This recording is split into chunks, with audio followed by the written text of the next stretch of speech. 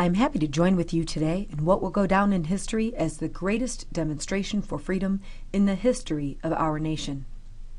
50 years ago, a great American, in whose symbolic shadow we stand today, signed the Emancipation Proclamation. This momentous decree came as a beacon light of hope to millions of Negro slaves who had been seared in the flames of withering injustice.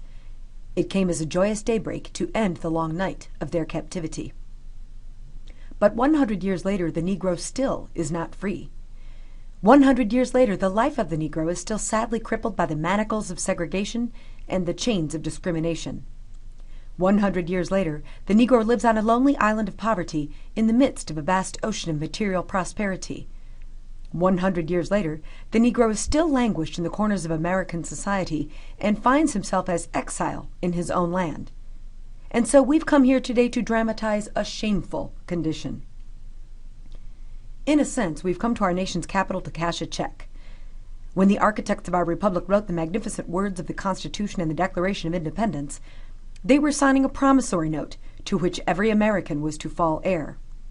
This note was a promise that all men, yes, black men as well as white men, would be guaranteed the unalienable rights of life, liberty, and the pursuit of happiness. It is obvious today that America has defaulted on this promissory note insofar as her citizens of color are concerned. Instead of honoring this sacred obligation, America has given the Negro people a bad check, a check which has come back marked insufficient funds. But we refuse to believe that the Bank of Justice is bankrupt. We refuse to believe that there are insufficient funds in the great vaults of opportunity of this nation. And so we've come to cash this check, a check that will give us upon demand the riches of freedom and the security of justice.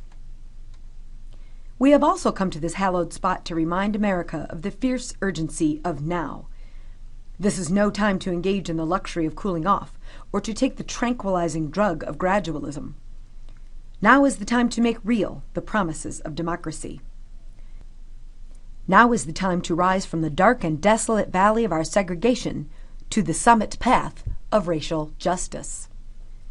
Now is the time to lift our nation from the quicksands of racial injustice to the solid rock of brotherhood. Now is the time to make justice a reality for all of God's children. It would be fatal for the nation to overlook the urgency of the moment. This sweltering summer of the Negro's legitimate discontent will not pass until there is an invigorating autumn of freedom and equality. 1963 is not an end, but a beginning. Those who hoped that the Negro needed to blow off steam and will now be content will have a rude awakening if the nation returns to business as usual. There will be neither rest nor tranquility in America until the Negro is granted his citizenship rights. The whirlwinds of revolt will continue to shake the foundations of our nation until the bright day of justice emerges. But there is something that I must say to my people who stand on the warm threshold which leads to the palace of justice. In the process of gaining our rightful place, we must not be guilty of wrongful deeds.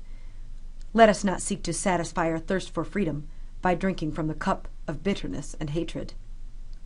We must forever conduct our struggle on the high plane of dignity and discipline. We must not allow our creative protest to degenerate into physical violence. Again and again, we must rise to the majestic heights of meeting physical force with soul force. The marvelous new militancy which has engulfed the Negro community must not lead us to a distrust of all white people. For many of our white brothers, as evidenced by their presence here today, have come to realize that their destiny is tied up with our destiny. They've come to realize that their freedom is inextricably bound to our freedom. We cannot walk alone. As we walk, we must make the pledge that we shall always march ahead. We cannot turn back. There are those who are asking the devotees of civil rights, when will you be satisfied? We can never be satisfied as long as the Negro is the victim of the unspeakable horrors of police brutality.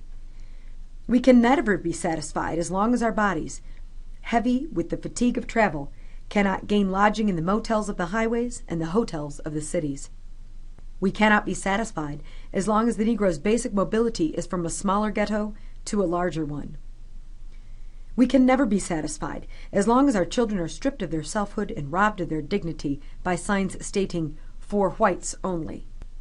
We cannot be satisfied as long as a Negro in Mississippi cannot vote and a Negro in New York believes he has nothing for which to vote. No, we are not satisfied, and we will not be satisfied until justice rolls down like waters and righteousness like a mighty stream. I am not unmindful that some of you have come here out of great trials and tribulations. Some of you have come fresh from narrow jail cells. Some of you have come from areas where your quest for freedom left you battered by the storms of persecution and staggered by the winds of police brutality. You have been the veterans of creative suffering. Continue to work with the faith that unearned suffering is redemptive. Go back to Mississippi. Go back to Alabama. Go back to South Carolina. Go back to Georgia. Go back to Louisiana. Go back to the slums and ghettos of our northern cities, knowing that somehow the situation can and will be changed. Let us not wallow in the valley of despair. I say to you today, my friends, so even though we face the difficulties of today and tomorrow, I still have a dream. It is a dream deeply rooted in the American dream. I have a dream that one day this nation will rise up and live out the true meaning of its creed. We hold these truths to be self-evident, that all men are created equal. I have a dream that one day this nation will rise up and live out the true meaning of its creed. We hold these truths to be self-evident, that all men are created equal. I have a dream that one day on the red hills of Georgia, the sons of former slaves and the sons of former slave owners will be able to sit down together at the table of brotherhood. I have a dream that one day, even the state of Mississippi, a state sweltering with the heat of injustice, sweltering with the heat of oppression, will be transformed into an oasis of freedom and justice. I have a dream that my 4 little children will one day live in a nation where they will not be judged by the color of their skin, but by the content of their character. I have a dream today.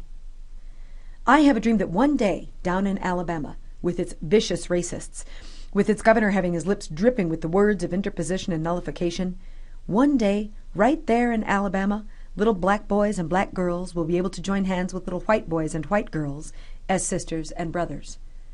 I have a dream today. I have a dream that one day every valley shall be exalted, every hill and mountain shall be made low. The rough places will be made plain, and the crooked places will be made straight, and the glory of the Lord shall be revealed, and all flesh shall see it together. This is our hope. This is the faith I go back to the South with. With this faith, we will be able to hew out of the mountain of despair a stone of hope. With this faith, we will be able to transform the jangling discords of our nation into a beautiful symphony of brotherhood. With this faith, we will be able to work together, to struggle together, to go to jail together, to stand up for freedom together, knowing that we will be free one day. This will be the day.